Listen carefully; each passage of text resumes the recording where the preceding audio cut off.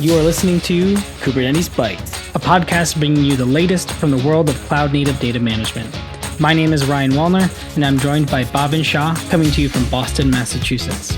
We'll be sharing our thoughts on recent cloud-native news and talking to industry experts about their experiences and challenges managing the wealth of data in today's cloud-native ecosystem.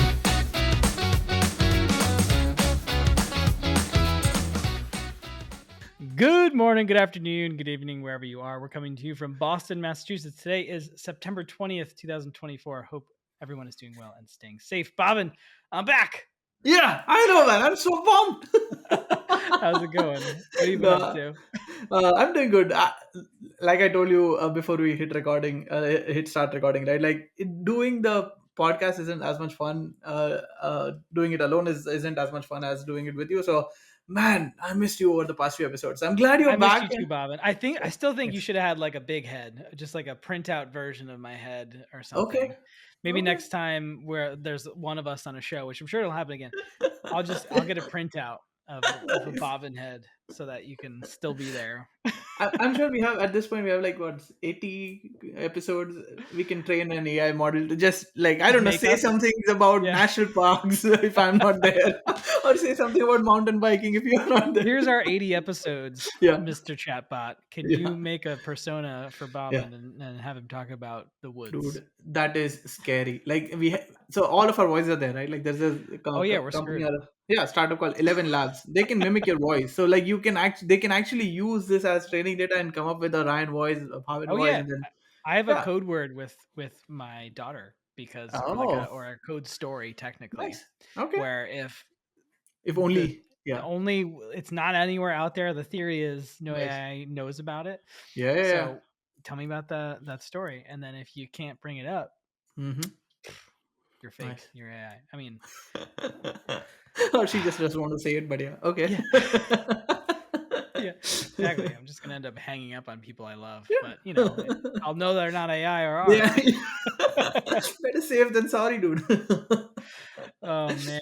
No. Anyway, we have a pretty good episode lined up Mhm. for you today, but we're gonna break into the news, and it's gonna be a little bit of both of us this time. Yes. Back into it. Why don't you kick us off though?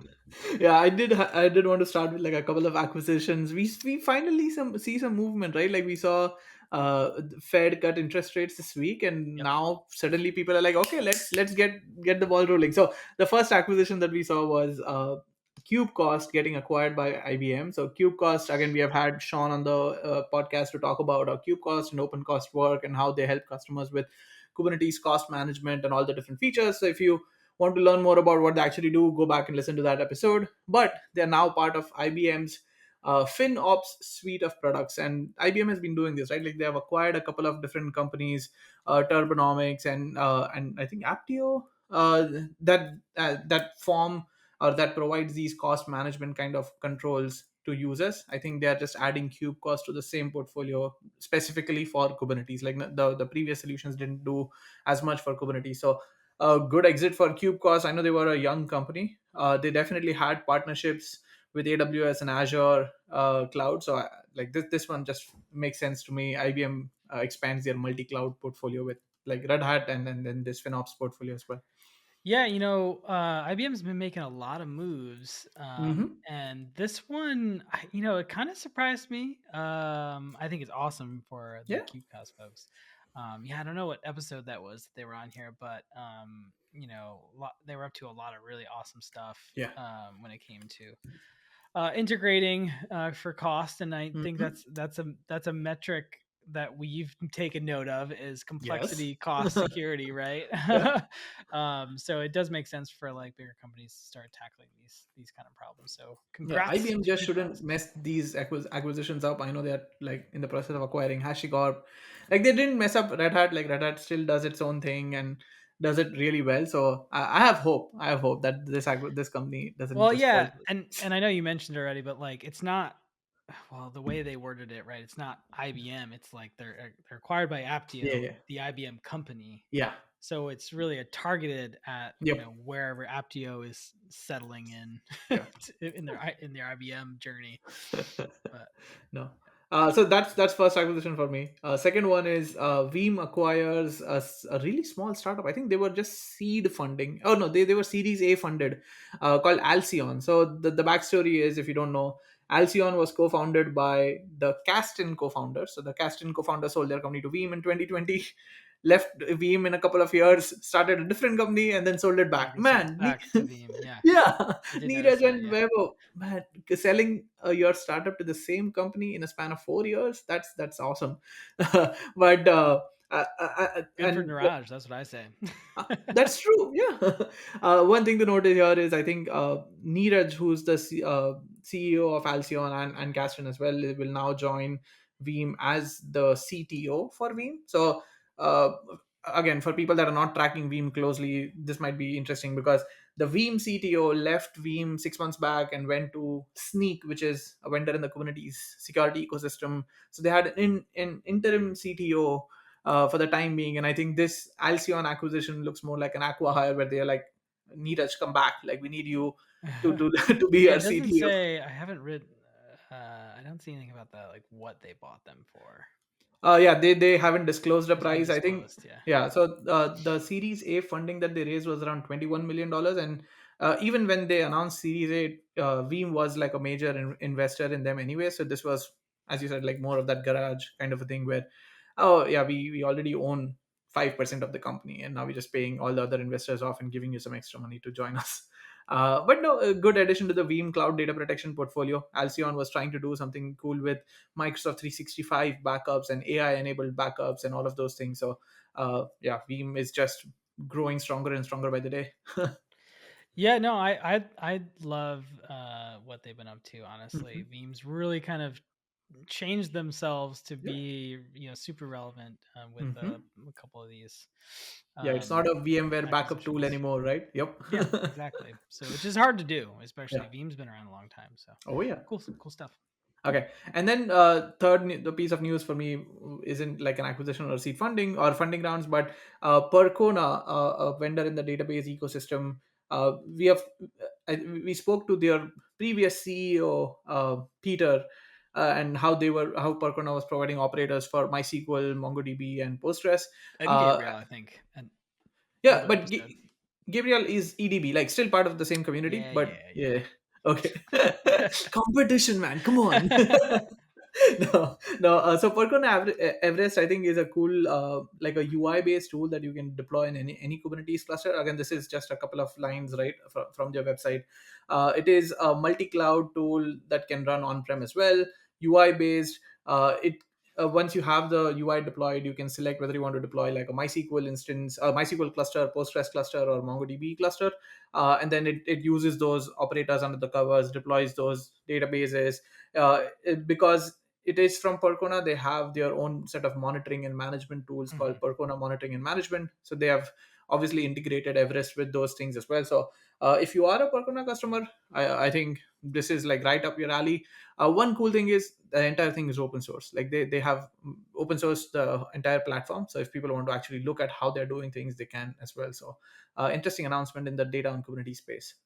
Yeah, absolutely. I mean, any multi-database tool like Hmm. this that isn't behind a huge paywall, awesome stuff. And Oh yeah. MySQL, Mongo, Postgres, obviously very popular. Yes. I still think like I really to our listeners, I really want to talk about more multi-cloud, multi-cluster use cases because I feel like Mhm. we've been talking about that Yeah. topic for years, and really, I don't know, maybe it's just we haven't really had a lot of like specific use cases and Yeah. things like that. But I feel like it's been this like, is it a pipe dream still?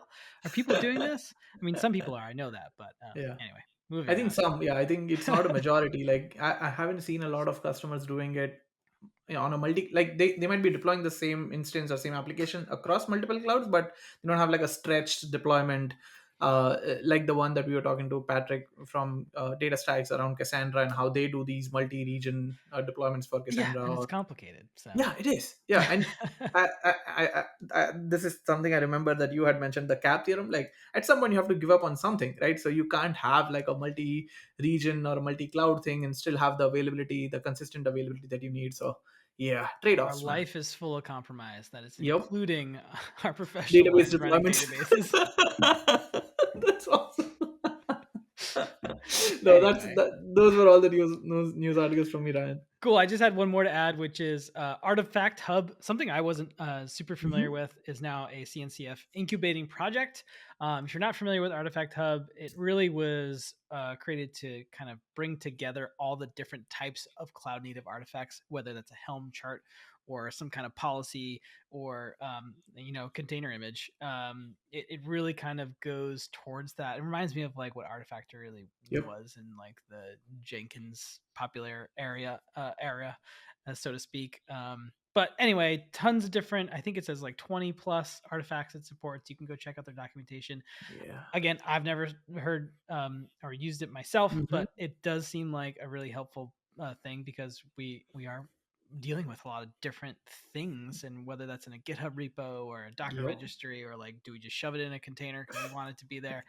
I think it's pretty cool. So check it out. No, I was reading through the list from the link that you had specified. Like, man, it covers everything from Helm charts to core DNS plugin repositories to backstage plugins and Argo templates. So yeah, it's not just your container images, or it's not like your grandmother's Docker hub, I guess. Not your grandmother's Dagger hub. I love it. I love it. Also, there's a bunch in there I don't know, like Tinkerbell actions. What's that? Yeah. That sounds fun. And then Yeah. I don't know, what was another one? Inspector with a K, Yeah. gadgets. Inspector Meshery. gadgets. Like, that's fun. What are Yeah. these things? I want to know. Anyway, Yeah, if you clearly. are working on those projects, ping us, right? Yeah, come tell us about your Inspector gadget and Yeah. your Tinkerbell action, Nice. if you would like to. Sometimes I think like this isn't real life, but anyway, fun Yeah. stuff. I've been a fan of really good name Yes. conventions on this I'm podcast. just surprised you haven't brought up Hugging Face yet. So No, we've talked about Hugging Face no, no, before. in this episode. Oh, yeah, you're right. Good point. It is an artifact hub of some Yes. sort. Yep. All right, fine. Uh, All right, that is the end of our news segment. We do have a really awesome episode today. We have our guest, Sam Alba, co-founder of Dagger. You might have heard of Dagger before. It's all about CI. We'll let Sam kind of dig in and tell us all about it. Some of the folks from Docker running Dagger now. So I hope that interests you. And without further ado, let's get Sam on the show. All right, welcome to Kubernetes Bytes, Sam. Please introduce yourself, who you are, and what you do. Hello, thanks for the opportunity. And so I'm Sam Alba. I'm the co-founder of Dagger. And before starting Dagger, so we launched the product in 2020. And before that, I spent almost a decade with my co-founders, Solomon Hikes and Joel Luzzardi at Docker, building Docker and everything around it. Yeah. Awesome. No, I'm like, we are so glad to have you on the podcast, Sam. Like, you have been part of this, or you guys built this whole ecosystem of with Docker. So no, I love to get your thoughts on the topic of discussion today. So let me start there, right? Let's talk about CI, or continuous integration. What is broken with CI today that led you and Solomon and all your co-founders to start Dagger today? So, like, can we talk about like what's broken, what works well, and where does Dagger help? Yeah, absolutely. So I'll tell you the story on how we started Mhm. Dagger and how that idea came to mind. Basically, initially when we started Dagger, so early 2019, after Mhm. leaving Docker, we really wanted to work together. We were not really interested into fixing CI particularly. Yeah. But what we started to do was to talk with a lot of people. We talked with people having challenges with their infrastructure, with the development, with running application at scale, and we were really looking for something that we could help with. Mhm. And not necessarily linked to containers. Yeah. And so what happened is we basically did hours of interviews. We talked to a lot of different people, and over time there was this problem that was coming back over and over again. We could almost guess what people were going to say next at some point, and that problem was really around CI, CI/CD, internal platform, Mhm. automation. People have different terms for the same problem, and that problem is really how to bring my application to production. What do I need to do and automate Mm-hmm. after my hands leave the keyboard, after I'm done coding? What happens next? And we really did a lot of research in there, and what we found out was everyone is pretty much pissed with their Mm-hmm. CI system. The CI system has so much importance today because we often talk about the apps, but not Yeah. often about the CI, unless except when CI becomes the problem and Mm-hmm. is slowing down the team, then CI becomes the topic, but it's usually a bit late. Yeah. And so what we thought was it's kind of insane that you have access to all of those development tools, build framework, deployment tools, managed services to run your application on any sort of infrastructure. But when it comes to link and glue all of these things together, you have pretty much Bash Mm-hmm. and your CI system that starts with workflows in YAML that I'm sure pretty much everyone listening to this has been playing with Yeah. at some point. And so yeah, we thought that the CI needs to be programmable. So that's really what Dagger brings. Mm-hmm. It makes your CI programmable. So Dagger is a CI/CD pipeline engine that you can program with the same language than you usually use for your application. Okay, so I think you guys took a different approach, right? Like you fixed with containers, you solved the application side of things. Like, okay, this is the consistent way to package your application code and get it to production. But then I think based on the user interviews that you mentioned, people were still having issues getting it to production. Like, okay, I can package it up, but how do I get it to production? And Dagger hopefully solves for that. So no, that's great. I think Ryan, go ahead with your question. Sure. Yeah. Yeah. I want to set the stage a little bit because I Yeah. want to talk about more about how sort of Dagger works and those kind of Mm-hmm. things in a bit. But I do want to kind of talk about what does and I'm sure this varies across different customers and use cases, but like what does a typical CI pipeline look like when you walk into the mess that is lots of bash and various APIs and those kind of things. I want to set that sort of visual component to sort of what Mm-hmm. that looks like and talk a little bit about push and pray. I know you mentioned that before, so that when we Yeah. dive into like how that changes, it makes a lot of sense. Yeah, so well, the first difficulty is all pipelines are different. You cannot transcribe one pipeline from a company Sure. to another. That never happens. That's why the CI code is never reusable. Mhm. When you're a DevOps or platform engineer and you work for a company, you're in charge of the automation. And by the way, that's another problem. Small parenthesis, but it's actually a different role. It's not developers. Developers are Sure. needs to be Yeah. focusing on their app, and it's usually a different role in as the company gets larger that deals with all of this automation. And we think actually that developers should be able to work and program that automation as well as their Mhm. app. Mhm. And so what a typical pipeline looks like is usually it gets they have several things in common. So usually it starts simple. You can take an example of a pipeline with I want to run my unit test after, or I want to Sure. take my code, build a container, for instance, that I'm gonna run on Kubernetes later on. And so before I build that container, I want to trigger the run of my unit test, Mhm. and I want to not just run unit test, but also integration test, a linter, and so you have several steps that you want to apply, and you create a graph of dependencies that we call usually a DAG, so a directed acyclic graph. Hence the name of Dagger, by the way. Got it. It's a Yeah. tool that creates DAG, and the so yeah, and those pipelines are oftentimes different, different type of languages, different type of tools that you need to use, and they have something in common, which is, well, they don't usually run entirely on localhost machine. So what it means for developers is that you need to open a pull request. You run a bunch of things more or less manually locally, Mhm. and then Or at some someone point does. Yeah. Mhm. yeah, you open a pull request, And this is when the things happen. This is where the whole integration happens, really. And this is when you pray that it's going to work exactly like it works on your laptop. So that's exactly, you mentioned the push and pray that we often talk about. That was coming from one of our users, who one day told us, oh, actually Dagger removes that push and pray. I don't have to. I basically have the guarantee that things are going to run on my CI exactly like they run on my machine, because Mhm. actually the CI can be run on your local machine. So that's one thing that pipelines without Dagger share, which is the decentralized infrastructure.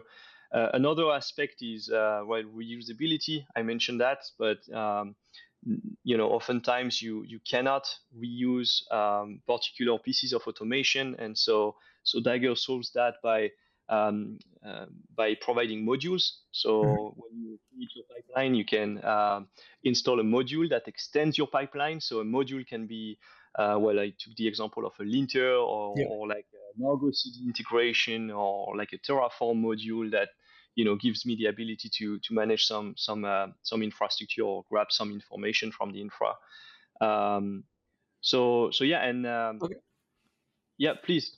No, no. So I think we before we get to head into the Dagger different component discussion, right? I wanted to get like a one line overview of what Dagger is, and then we can talk about like what are Dagger functions, what's Dagger Cloud, what's Dagger Engine, and how all of these things fit together to help solve all the different stages that you listed out, like the unit testing, the linting, everything that needs to be done before code can be promoted to production.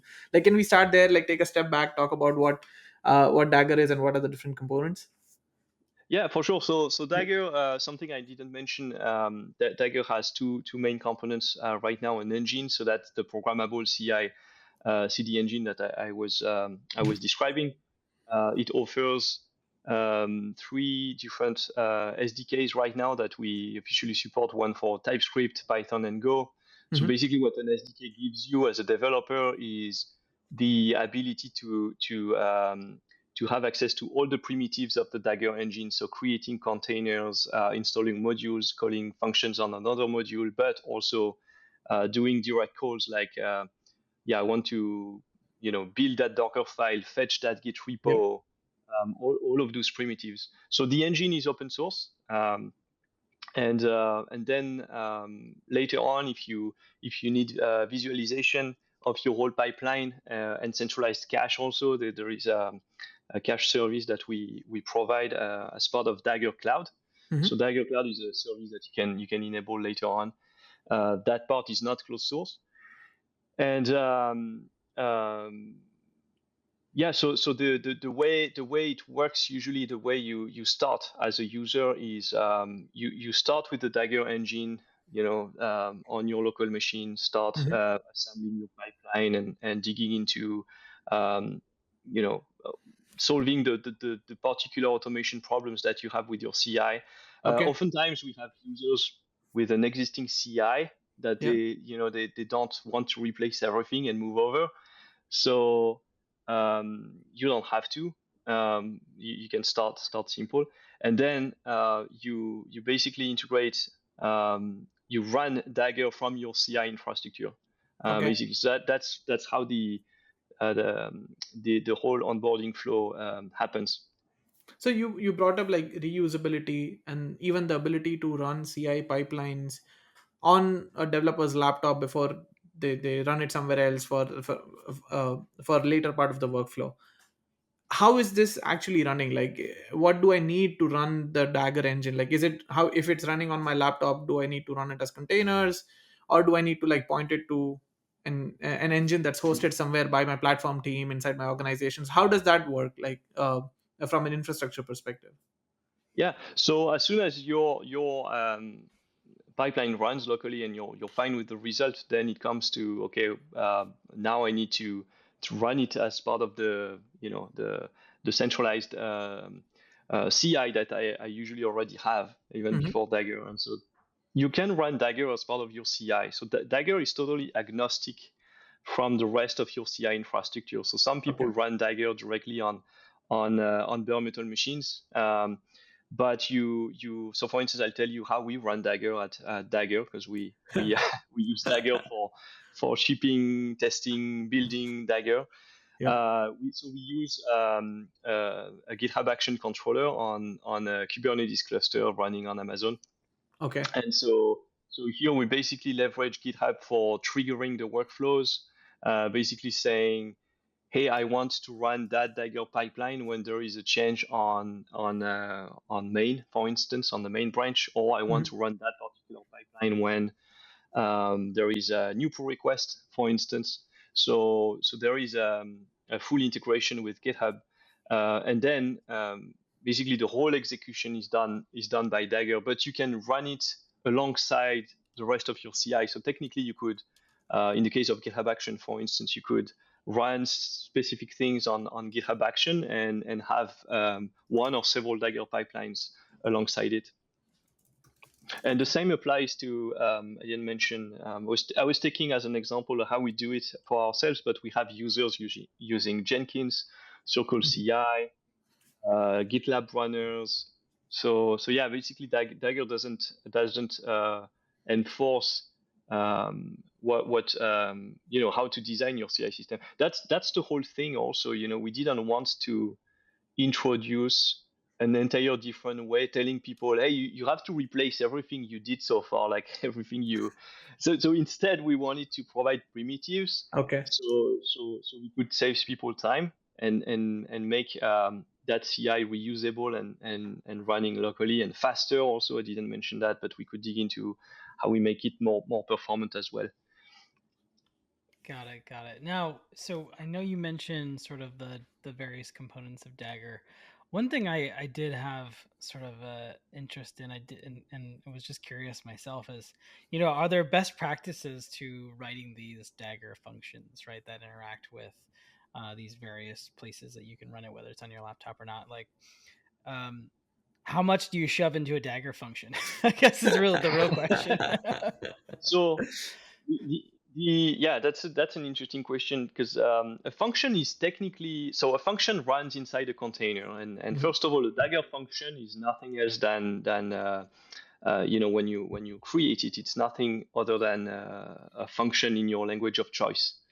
So it's a function that, so you write the basic function basically in your code, and that function will be run by Dagger, and Okay. it will run inside a container. Now the tricky thing is, a function can call other functions, and functions can call also other functions that are within modules. And so that's a function, when you call the function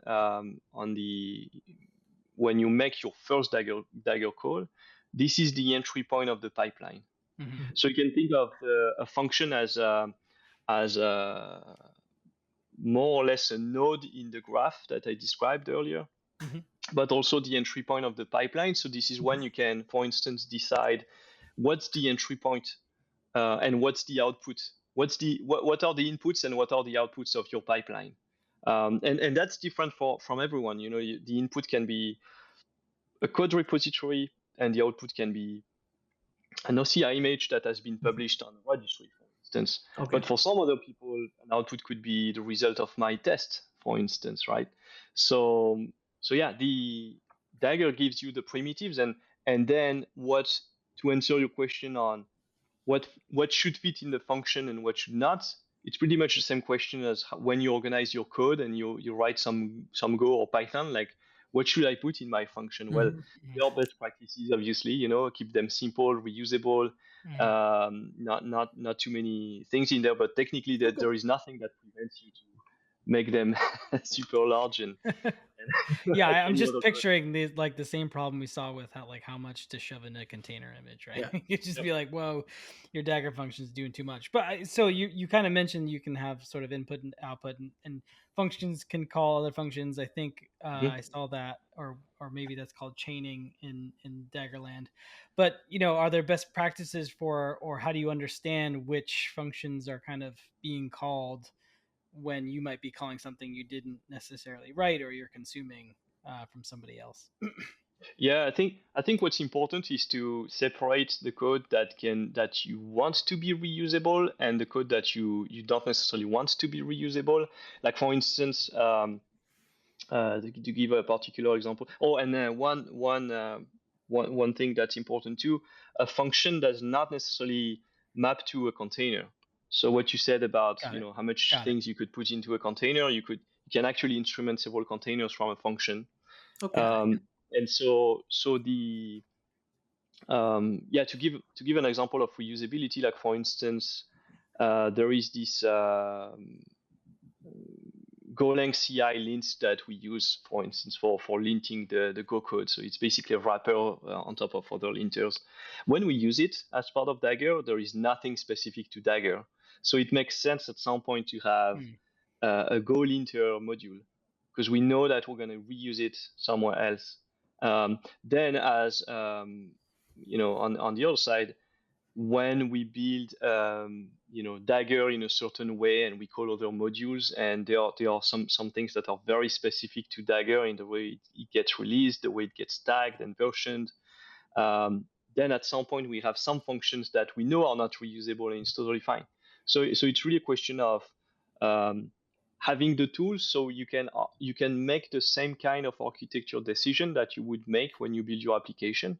Mhm. That's exactly the kind of things you cannot do when you have you have all of this complexity in a large YAML workflow on any CI system of your choice. You usually none of it is reusable, and it's hard to debug it, etc. So that's really the advantage of making this pipeline programmable, Yeah. in our opinion. I guess on Okay. that point, do you ever see like um you mentioned sometimes there's CI teams and then there's some application teams that probably write their own CI to some level.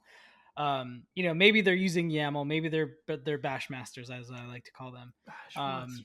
But you know, do they ever resist needing to kind of take on learning Python or Go or TypeScript for this kind of like benefit that they get with Yeah, Dagger? yeah, for sure. I mean, that's there is usually some tension sometimes between certain ops team and some development teams, and yeah, and we see that. I think what's important is that when you design a product like Dagger, it's important to keep in mind the two type of profiles. They are developers writing pipelines, and they want, sometimes they have different needs in terms of UX, what they expect from the CLI.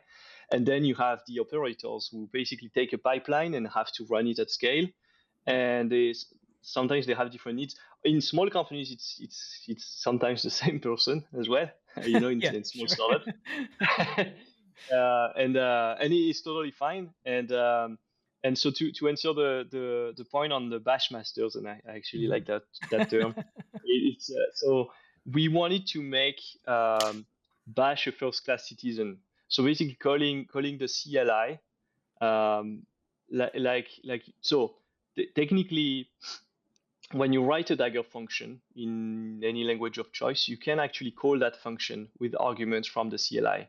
Okay. So yeah, actually in our doc, we give examples for, hey, this is how it works in Python, in Go, and Mhm. in your CLI. Right. And it's very important that Dagger can, you know,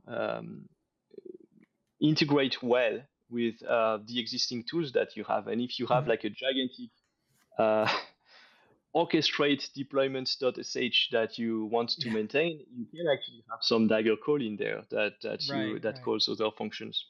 Okay. Um, So Sam, I think to better understand this, right? I want to ask you a very generic question, and I know the answer is always it depends from organization to organization. But what would a typical DAG look like, right? What are the different nodes in the graph that form a DAG? Like, let's start from a developer that's writing some code on their laptop. How does it get to production? Like, what are the different steps, and are all of these different nodes defined as functions? Is that the way to think about Dagger and Dagger functions? yeah, absolutely. I mean, I think it's the yeah. To your last question, yes, I think Mhm. the thinking about each step as functions is the right way to think about it. And Okay. so talking about each steps, It's really about so that's the part that's really specific to each company. And so you're right that each organization will have a different answer. And so usually it comes down to what's your product, what do you deliver, what's the automation produces. The input is always the code, pretty much, Yep. right? The input of the pipeline is there is a code change. Ideally, you don't want to run the pipeline again entirely for every single code change, because there might be some parts of the pipeline that don't need to be rerun or re-executed. And so Dagger solves that uh, with caching. So the idea is if there is a node, so Dagger knows what nodes needs to be re-executed with Wow. each run. So if you run several times, over and over again, and your pipeline is pretty large, you have all of those nodes. You don't need to rerun all of those containers over and over again. When there is no change needed, it can be the output of that specific node can be taken from the cache directly, and Okay. you don't have to care about that complexity. Then in terms of specific nodes, I mean specific DAGs, we actually talked about a few, linting, running integration tests, running stress test. There is also oftentimes integration with CDE components. That Dagger doesn't aim to replace any of that. We Okay. basically integrate and provide modules, so you don't have to rebuild the integration yourself. Like a good example is Argo CD that we use internally at Dagger. We use it for rolling out. So the pipeline. I'll take again and I don't know if it's a good example, but how we do things at Dagger. Yeah, that would be awesome. We build Dagger. So when we build Dagger, so you make a pull request to Dagger, anyone can. It's open source. Basically, the pipelines. There is a Dagger pipeline that gets kicked in, and so we will run the easy part. Ideally, you want your pipeline to fail fast. So if there is something that goes wrong, you would like to know fast. You don't need to execute the whole thing. So usually you start simple with the static evaluation, like linting. You run that early, usually on the code, making sure it builds. At some point there is something that builds the binary, see if it works. Given that the pipeline is containerized entirely, you can actually build Dagger and run the binary in that pipeline and check that, do some codes and see if that works. Okay. We mentioned running the unit test. Sometimes you have two nodes that don't depend on each other, so Dagger actually detects that as well and run them in parallel. And then you have, as soon as you're good with the validation part, this is usually when you start with the build that you'll get into the publishing side. So this is when, for instance, in our case, we generate a container that so the Dagger engine itself runs within a container, and so we build a dev version of that container every time there is a code change, so we can rerun some other test or actually release it if it's the pipeline doing the release. So that happens, for instance, when we create a new tag on Git, with a version name. So there is a specific pipeline that runs few extra steps to actually cut a release. Interesting. Yeah, so there are many steps. I'm sure there are at least I don't know, 30, 40 steps. I have no idea. Like, Okay. that's also something that you should not, as a developer, when you maintain your CI, you don't want to keep in mind everything that needs to run. What you want to know is, if my pipeline fails, why? I need to know quickly why. What did I do in my code change that failed the pipeline? And show me the error in my code, and so I can go investigate and fix it. And so there is a lot of work actually that we were doing on Dagger Cloud for doing basically bringing that information really quickly to developers. Okay. No, thank you for walking us through that phase, right? So I think I have a follow-up question. Like in terms of you said there can be like 30 to 40 nodes. As a developer, I think I'm already, with all the shift left companies and shift left methodologies, I'm already doing a lot of things. Is there a way I can like reuse some of the functions or reuse some of the modules that other people in my organization are working on or have built, instead of me trying to come up with all the 30 nodes in the DAG?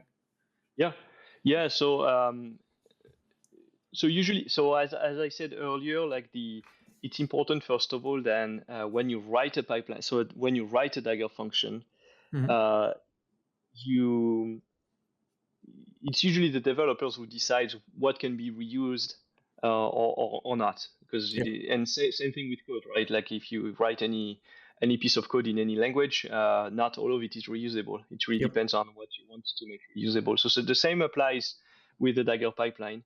Um, in the example of a module, like for instance, I mentioned the Argo CD. So there is an Argo CD. There is a catalog of modules. I didn't mention it. Um, if you go to daggerverse.dev, basically you can search for modules, and you can see all the modules that you can use with Dagger. And so let's say that a good one that I mentioned earlier is Argo CD. So when you want, for instance, to trigger a continuous deployment on Argo CD, you don't necessarily need to you don't want to rebuild that integration yourself. Ideally, you can. This is when you can pick something off the shelf. Same for Yep. like a linker or like a Go build. Like you don't want to pass all of several arguments that Go build takes. So just give me a module that build a Go a Go code efficiently. So that those are examples of reusable modules. When you have a reusable modules, the way it works to publish it and share it with your coworkers is you Hmm. just put it on a Git repo. And publishing it on the Daggerverse is just a way to make it discoverable. But the Okay. module itself lives on a Git repo, Hmm. and you can install it from Dagger. So another person in your team can install that module from another Git repo, whether it's private because I have access to it, or public.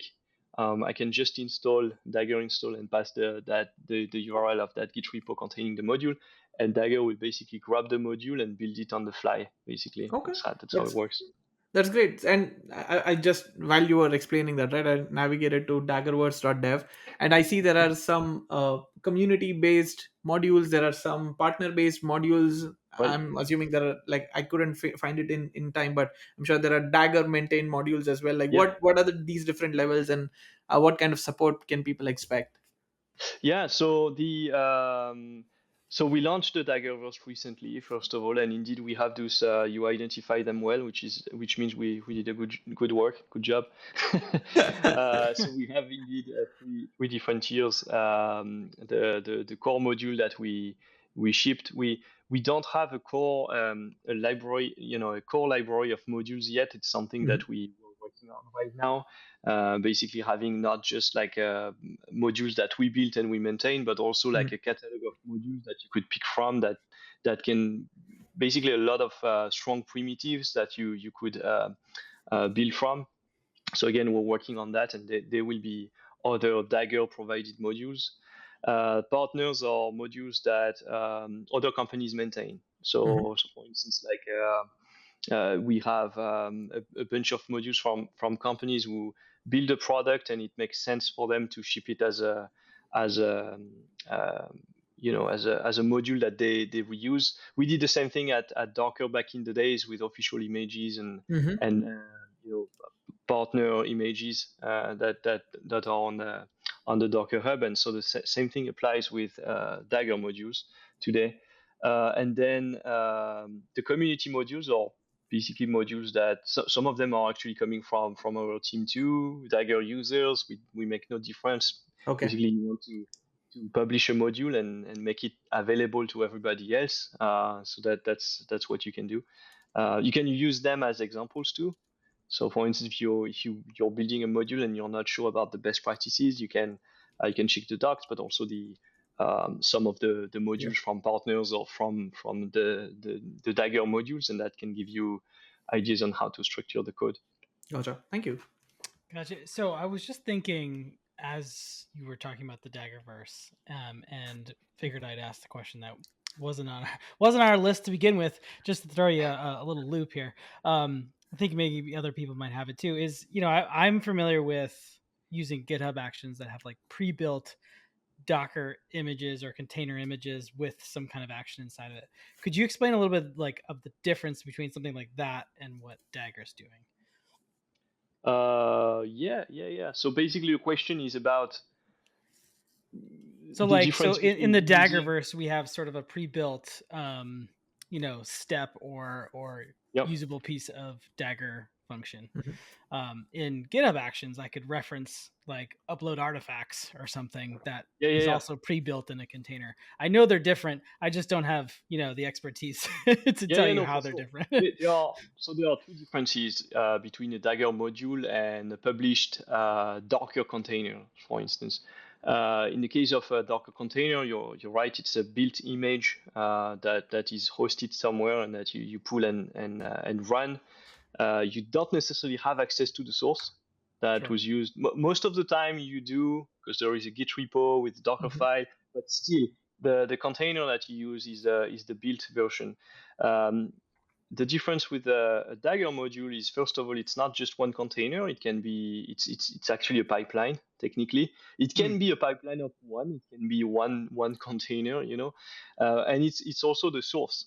So the an example would be, um, I don't know. Let's pick like a Terraform module. A Terraform module could Terraform Dagger module could use several steps. For instance, running several commands when you do like even like the module could technically grab Terraform, build it on the fly, and run it and expose some native types for mapping the Terraform CLI to the Dagger SDK. It's actually so all modules are taken from source. It doesn't Mm. mean that they can't rely on build containers. So a module could also refer to an official image, Okay. and so it's technically it's technically a piece of pipeline, Dagger pipeline that is shipped from the source. So that's a big difference. Is the Dagger will build the Dagger module on the fly when using that module for the first time. It's fine to do it this way because, Mhm. again, Dagger will cache the result of the build. So every time you run that module, you will not have to rebuild it again. Sure. It happens only for the first time. Okay. Got it. No, that's perfect. Speaking of other CI tools, it's a perfect sort of segue.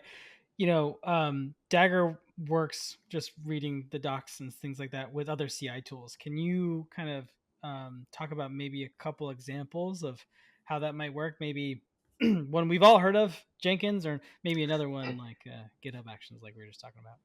Yeah, GitHub Action, Circle CI, pretty much anywhere you can run container runtime, you can run Dagger.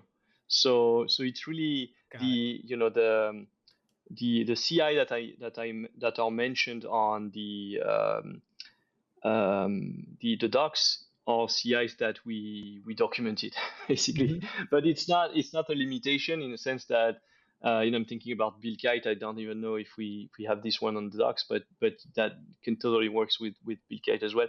And I think most CI systems today can run containers. The key difference there is that pipelines and workflows instrumented by CI systems were predate containers. Mhm. Jenkins was designed before Docker even existed, and so I think there is a key difference on how Dagger leverages containers from other pipelines runtimes included in other CIs. But yeah, technically you can run Dagger everywhere that can where you have access to a container runtime. So, Sam, like, what does that mean, right? Like, because I agreed that Jenkins didn't. Jenkins has been around for a long time, and they had to add like the Jenkins X functionality to Yep. support containers and Kubernetes as well. Yep. Jenkins already helps me. Like, if I define a pipeline, it deploys containers on a Kubernetes cluster that I have attached or associated with Jenkins, and deploys containers that has my application code and test it. Am I using Dagger to have like a unified way to for that specific step, like, and I can just rip and replace Jenkins with Circle CI or something else. But from a developer perspective, it remains a consistent experience. Is that the place where Dagger fits in? Yeah, so the as a developer, if the company that you're working for is using Jenkins, it's very likely that you will not run Jenkins locally, right? Yep. So there is always this thing that we described earlier about I'm done with my code. I run some manual checks and then I submit this to Jenkins and hopefully it will work. Yep. In the case of Dagger plus Jenkins, the big difference is you take what Jenkins will run, which is a Dagger pipeline, and you can run this Dagger pipeline exactly in the same way that Jenkins will run it, Oh, but on your local machine. So okay. that's Okay. really the big difference. And then later on, assuming that the whole Jenkins, what the whole thing that Jenkins runs has been Daggerized already. If you want to move away from Jenkins and use something else, well, it's very simple because then it's about moving from one to the other. I mean, Okay. there are obviously some things to consider, like how do you store secrets, how do you manage Mhm. your infrastructure. So it's not a trivial task to move from to migrate infrastructure, Yeah. but you get the idea. Basically, make this at least the logic and the pipeline itself agnostic from everything else underneath. Okay, no, I think that makes sense. Thank you so much. And Yeah. how does it work with CD tools like Argo CD? You said that obviously there is a module that's maintained and that's available. Argo CD gets kicked in when, like, there is some trigger, and it then goes with the continuous deployment phase, right? Yeah. How does Dagger fit into that ecosystem? Yeah. So Dagger right now really takes care about the integrating all of the tools together. So it does not replace the so in the case of Argo CD, to answer your question more directly, the Argo CD takes care of a continuous loop of rolling out a change, monitoring what's happening, deciding what to do next. There is a logic that is very um, that is very specific to the Mhm. deployment phase. Argo CD usually, I mean, can run other things to trigger the build, for instance, but usually you deal with Argo CD and you introduce Argo CD in your automation to deal with rolling out an artifact that has been built.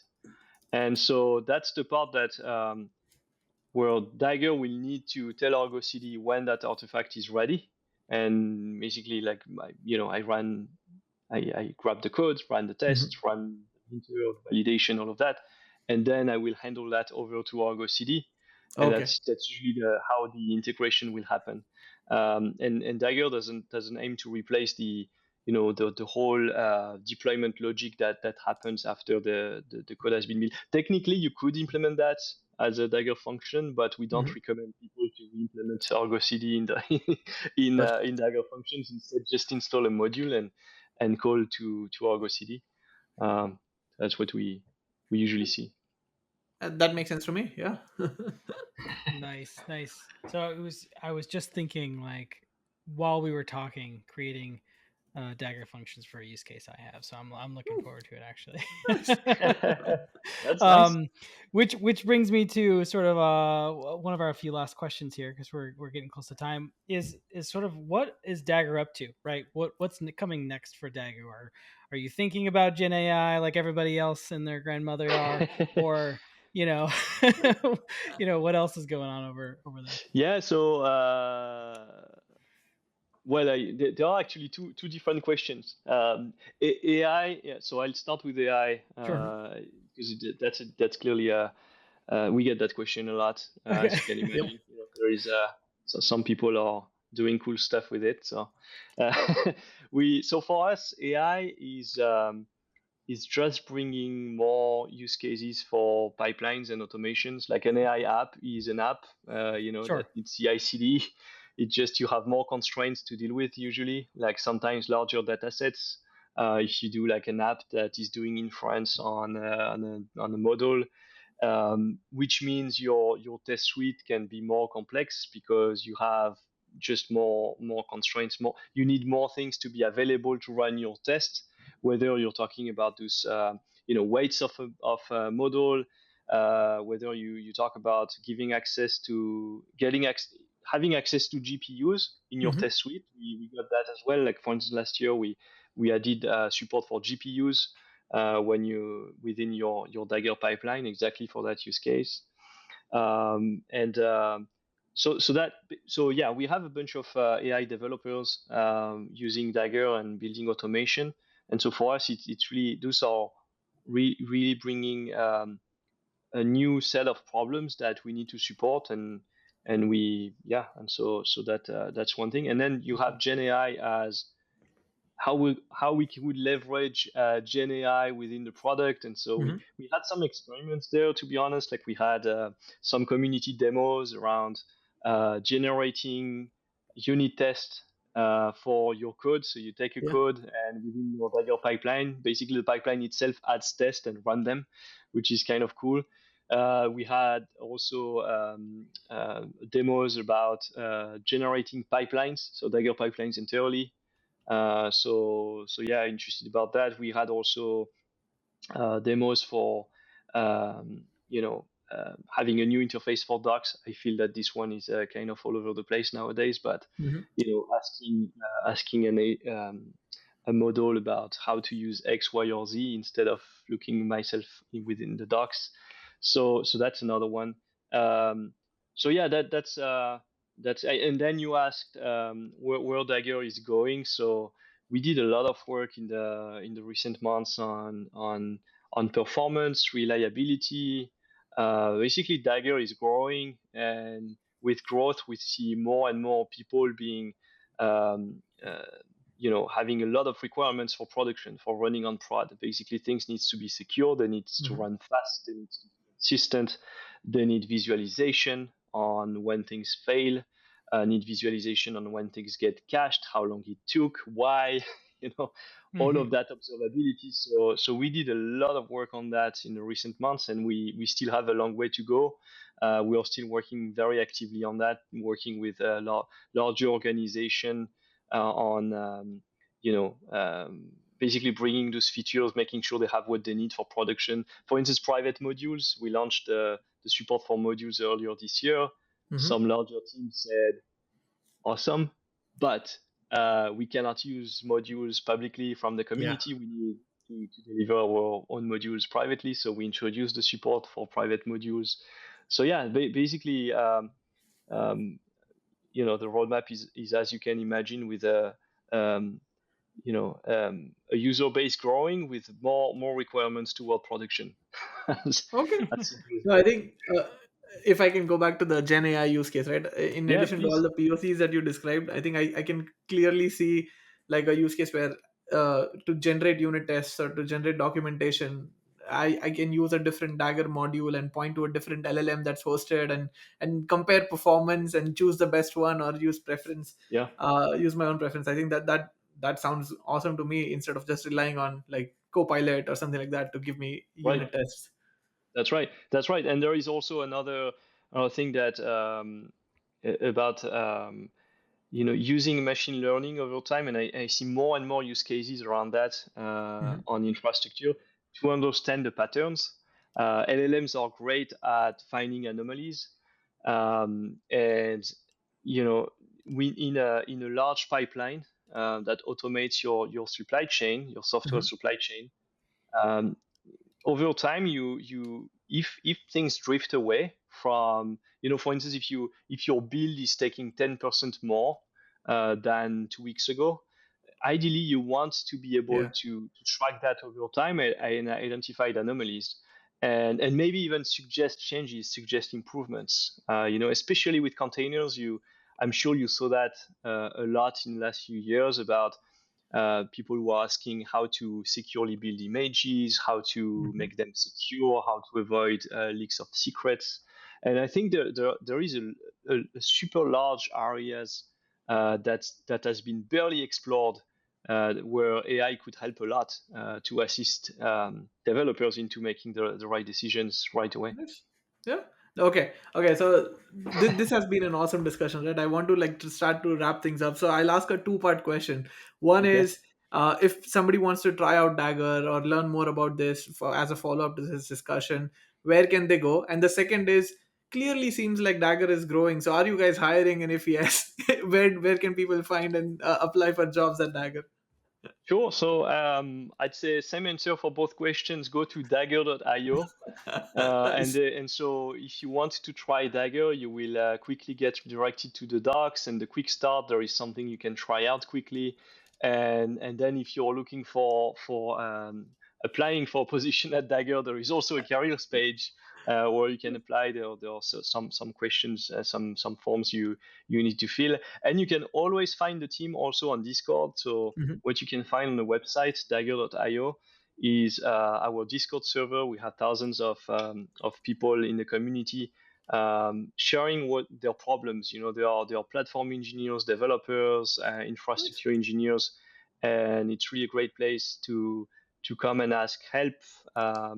The whole Dagger team is in there. Actually, something I didn't mention also, all the conversations we have about building Dagger happen on Discord as well. Oh So wow. Okay. we don't just have the code that is open, we also have an open process for building Dagger where people can participate, and it's quite active. That's awesome, man. I would like to thank Sam. Thank you so much for joining us for this podcast. Right, this was super helpful. Thank you for taking all the different tangents with us and going into different levels of details. I'm sure our listeners will find a lot of value from this episode. So thank you so much for joining us today. Appreciate it, Thank you. Sam. Thanks for the opportunity. Thank Yeah. you. All right, Bobbin, that was quite the conversation. I feel like we could have probably talked to Sam for Mm-hmm. 2 more hours. Yes. Dagger seems like a really interesting project. I know I said to him that I had a few Use cases. use Yeah. cases, which Yeah. I think I'm gonna go play around with it, which is fun. I will say, reading through the product and stuff like that, I wasn't entirely sure like what the Same. value Like prop yeah. was. But talking to Sam really helped. Yeah. So Yep. thanks, Sam, and hopefully our listeners will get more out of it as well. But yeah, in terms of takeaways, I really like the idea that Dagger is talking about reusability, right? Not Mhm. only across platforms and you can run it on your Yeah. laptop and it runs anywhere else, like that is all good stuff we've heard for with containers and Docker for a long time. But with Dagger, I love this idea that you can sort of write a function, a Dagger Mhm. function they called, and share that thing, right? Because there's not a to Sam's point, is a lot of CI is like you have these unicorn SREs or CI dedicated people or part of a DevOps team who like have this crazy bash script or like Mhm. understand how it really works, and you have this small group of people or a person who you're like have to go troubleshoot some stuff. Yeah. But ideally you have this pipeline, this chain of kind of reusable functions that make it really kind of simplified, and I get that that's a big part of their value prop, but um not something I've personally been, able to kind of use in real life. Even, I mean, even to like using GitHub Actions, Yeah. right? I've been doing a lot more of that lately, and that in and of itself is like, you're managing that file, and you're like, all right, if I edit it, do I change it when? And it's a little complicated, which is why I brought it up. I was like, how does it differ, from Yeah. that? So, really cool stuff. The Daggerverse, I have to go explore it and see, because it seems like a pretty wide range of like what Mhm. people make available in the Daggerverse. Just looking through it, it's not like super simple functions. It can be like, hey, run a web server for a docs. Like it seems like it could does a lot. So Yeah. No, agreed, right? Like Daggerverse is sounds super cool. I also like the fact that they are not managing or maintaining the source code inside Daggerverse. So like Daggerverse is just a pointer to other places. Like, oh, this is like your Google search repository, and then the actual articles or the actual content is living somewhere else. So you are yeah, actually pointing people to their own repos. That way, you can also see if it's a trusted source or not, and I don't know, makes things easier rather than Dagger taking on the responsibility of like, yeah, these are all the trusted modules. If it's on Daggerverse, this is something that we support. So I like that model. For me, I think, Ryan, it was the ability to understand. So that if you listen to the interview as well, right? Like I pushed back on Sam and asked him to like give us an example, like what are the different phases or different nodes in this directed acyclical graph or DAG, which is what they named the company after, looks like. And I was glad that he described like the unit testing, linting, security scans, the container image build and eventual deployment and integrations with Circle CI and GitHub Actions. So I think it helped me visualize things better. Like this is what it looks like. And yeah, as you said, right? Like we don't, you don't need an expert or a 10x engineer doing this once for your entire organization. You can have developers come up with their own phases, own stages, codify it, and then run it locally before they push it to somewhere else, or like that reusability component also helps. One thing that, again, this is something I found from their docs and we didn't get enough time to talk about it, but if your pipeline breaks for some reason, you're no longer looking at logs and figuring out if it was your application code, if it was the tool itself, what broke it. Like it is code at the end of the day, written in Python, Go, or TypeScript, so you can troubleshoot it the same way you do your application code. So that was also super interesting to me. But yeah, those were my key takeaways.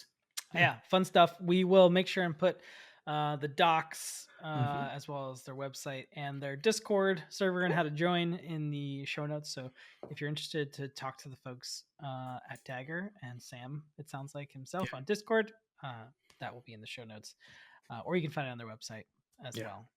But I think that brings us to another end of another episode. I'm Ryan. I'm Bhavin. And thanks for joining another episode of Kubernetes Bites. Thank you for listening to the Kubernetes Bytes podcast.